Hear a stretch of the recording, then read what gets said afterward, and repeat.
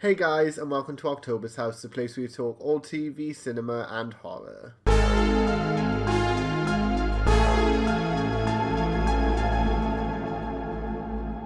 Today we're going to be reviewing a movie that I was very heavily anticipating, and that is Michael Shank's Together, starring Alison Brie and Dave Franco. Along with the review, I do want to address the elephant in the room, and that is the Better Half lawsuit. And I don't want to go too crazy into detail with it, but I do have some thoughts I just want to get out. So after the review, there will be a little section at the end talking about that and that whole situation. But for now, let's get into the spoiler-free review of Together.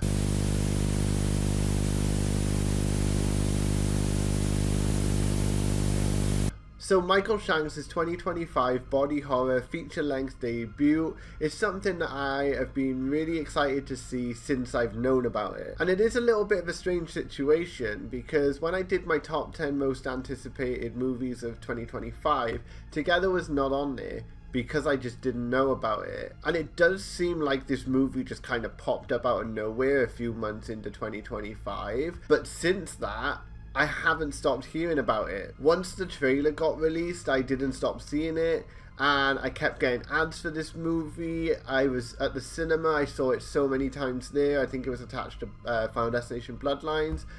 It just was everywhere. My first impressions of this movie was kind of like a love child of Ari Aster and Lars von Trier. And while it's clear influences from both those filmmakers in this movie, once you watch it, you kind of see that it definitely has its own identity. This movie is a fairly consistent, slightly disorientating and confusing ride, and while it does kind of ramp up towards the climax, for me, it's not quite enough. There are some bigger moments in this movie, and they kind of act as like milestones, and there are some really fun moments as well. I just wish that they went harder and they went bigger. There's a lot of lush shots in this movie, a lot of dolly zooms that really kind of create this feeling of being like pulled in or like really immersed in the film, and this is where a lot of its strong points lie. I think the direction in this movie is absolutely beautiful, and I think it really does kind of draw in a lot of inspiration from modern horror, like Ari Aster, as I said, and maybe even like Zach Cregger's and Jordan Peele. I think it really does take those inspirations and uses them well. It's a really difficult one for me, to be honest, because part of me wanted this movie to be a lot darker than it is. Another part of me really appreciates and enjoys the kind of comedic tone that the film goes with. There are some really funny moments in this movie. I think, for example, off the top of my head, like there's a moment where Dave Franco's character just kind of appears outside of a window. It played off really well, it's quite funny. But in another universe, this could have been like a really, really dark and just bleak piece of cinema, kind of in the same vein as Antichrist. The story follows Dave Franco's Tim and Alison Brie's Millie as they move away from their friends in the city to a rural area about an hour away. Their relationship is portrayed as loving and very caring, if not awkward and strained and a little forced. Tim is very clearly a nervous and traumatized struggling musician. I can't really relate to that much. And Millie is a strong-headed teacher who takes a lot of the emotional weight in the relationship. I do think that this relationship is portrayed really well by both Alison Brie and Dave Franco, and it's quite uncomfortable and quite awkward to watch in some places, and I don't know what that says about their real life relationship. It's also a really frustrating relationship because you can tell that there's a lot of love there, but it's not the healthiest. And I don't know how everybody else was kind of watching this movie, but I was kind of there like, either sort your shit out and be more patient with each other or just leave the relationship. I think it's frustrating to see that kind of relationship play out on screen, but as I said, it's done really well. After the move to settle into the area, they go on a hike together, and they get a little lost and they end up falling down this weird hole during a storm, and they get stuck in a cave. They're stuck there overnight and they can't get out until the next morning. They get back home, and that's when things start to get really weird. They start being drawn to each other like magnets. Sometimes it's emotionally, sometimes it's physically, and it starts with Tim first and then Millie second, and I do think that that reflects their relationship dynamic quite a bit. I do like this a lot, and it creates some really amazing moments in the film. One of my favorite moments in the entire thing is Tim's shower scene while Millie is driving. The way that it's shot, the way that it's presented to us, gorgeous, stunning. I loved it. And there's this really fun reoccurring thing where their blood is kind of drawn to each other, and you can kind of like see streams of blood moving. That's a lot of fun. And there's this really fun, chaotic moment where they're kind of getting dragged down a corridor, and all of these moments are done so well, and I think they look incredible. Having said that, a lot of the best moments of this film were shown in the trailer, and I don't want to be that person like that talks about this, because it's been said too many times that horror movies show everything in the trailer, all of that, but like, this is one of those cases where it does genuinely show the best parts in the trailer. And with the marketing run being as extensive as it is, I do think that a lot of people would have seen this trailer a little bit too much for anything in this movie to be that surprising. The film reaches its final act fairly quickly, and you do kind of get this sense of, oh, there's more, right? Like, there's something else coming, right? And then it just kind of ends. As I said, this is a spoiler-free review, so I'm not going to go into the ending or anything like that.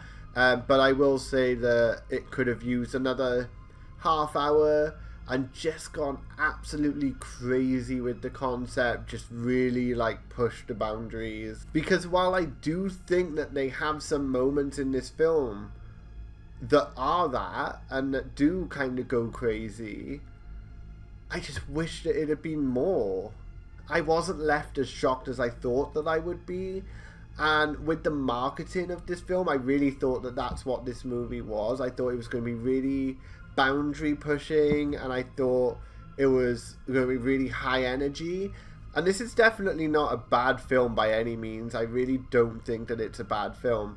I just wish that they had pushed it more. I wish that it had gone harder, because I just kind of left feeling a bit deflated. And with the ending shot, I won't go into detail, but I just wasn't a fan. It was very predictable. It didn't look that great, but I also don't know where else they could have gone. I think that there was a lot of backstory that they could have explored more with that extra half hour. It's one of those things where it's either don't tell us anything and like let us interpret everything, or give us like a full backstory. And I think personally I would have liked to have leaned more into like the lore, especially with the location that they have and with the kind of context of what's happening to them. I definitely would have liked a little bit more explanation. Again, with that extra half hour, they could have explored that more, and it could have opened us up to some really, really crazy scenes. I do think Michael Shanks did a really good job in direction. I think the writing is quite good as well. And I do think Alison Brie and Dave Franco killed it, but it's just missing something. I love Alison Brie. I think she's incredible. I've been a massive fan of Community for like over a decade now, maybe even 15 years. So following her career since then, you know, seeing her in Scream 4 and now in this, I really hope that she does do horror a bit more. It seems, with the marketing, it seems like she had so much fun with this movie. Same with Dave as well. I think that it looks like they just had a great time making this movie, and you can feel that in the film. There's so much to love about this movie, and I think it will sit with people for quite a while. I think it functions really well as a popcorn horror. I think people going to see this, like casual viewers of horror going to see this in the cinema, will have a really great time with it. I think maybe someone who just analyzes horrors maybe a bit too much, might just come out of it feeling just that little bit disappointed. But just on a personal level, it just wasn't quite there for me, and that's a little bit sad. I will give this one a 7 out of 10, but the potential for an 8 or even a 9 is absolutely there. It's just unfortunately not used. So let's talk about the elephant in the room. If you've heard of this movie and you've been following it in any way, you'll probably have heard of the Better Half lawsuit. If you're unaware of this, the movie has basically been accused of ripping off, with no restraint, a movie from 2023 called Better Half. Now the crazy thing is that Better Half was shown at one film festival and then never released. So I had to kind of piece together all of the information that we have about this publicly, but I was ready to sit down and watch Better Half and really compare the two, but you can't find it anywhere. But being the hard-hitting journalist that I am, I did manage to find a re-uploaded link to the trailer via Reddit, even though the trailer was completely removed from the internet. From the information that I have, there are a lot of differences. Together is a straight-up body horror, whereas Better Half is like a surreal rom-com. Together's lead characters are in a long-term relationship, and the film explores that relationship, where Better Half's lead characters have a one-night stand and are essentially strangers. From that information alone, I would just kind of pin that as like similar concepts that took two separate forms. But allegedly there are lines of dialogue that are taken straight from Better Half and put into Together. And then on top of that, there's the infamous use of a certain Spice Girls song towards the end of the movie. To give the benefit of the doubt, if you come up with a movie like this, I don't think it's like out of the realm of possibility that when looking for a song to use as your kind of like defining moment in the film, that would be the song that you would choose. It just kind of makes sense. I think what is suspicious though is that in both films it's played on a vinyl. Having said that, Together correctly has it playing on Spice, where Better Half allegedly has it playing the wrong album. Now, as I said, I managed to find the trailer thanks to a Reddit user called Swaggo3789. And after watching a 2-minute trailer for Better Half, I have to say that I can confidently come to the conclusion that these two movies are completely different. The tone looks different, the portrayal of the characters look different, and the fusing of the bodies is different. I do think that there are some weird coincidences, and I do think it is very possible that Michael Shanks saw Better Half at the film festival that it was shown at and kind of recontextualized the idea. But just from like an audience perspective, I don't think you could go as far to call it plagiarism, more just inspiration. Similar to like No Strings Attached and Friends with Benefits, but even then further removed than that. I don't know, it does kind of suck that a smaller independent movie couldn't get the distribution and couldn't release their movie, while a more mainstream studio was able to be quite successful and make a lot of money off of a very similar concept. But a rip-off, I'm not quite sure. Let me know in the comments your thoughts on it, because it's an interesting situation.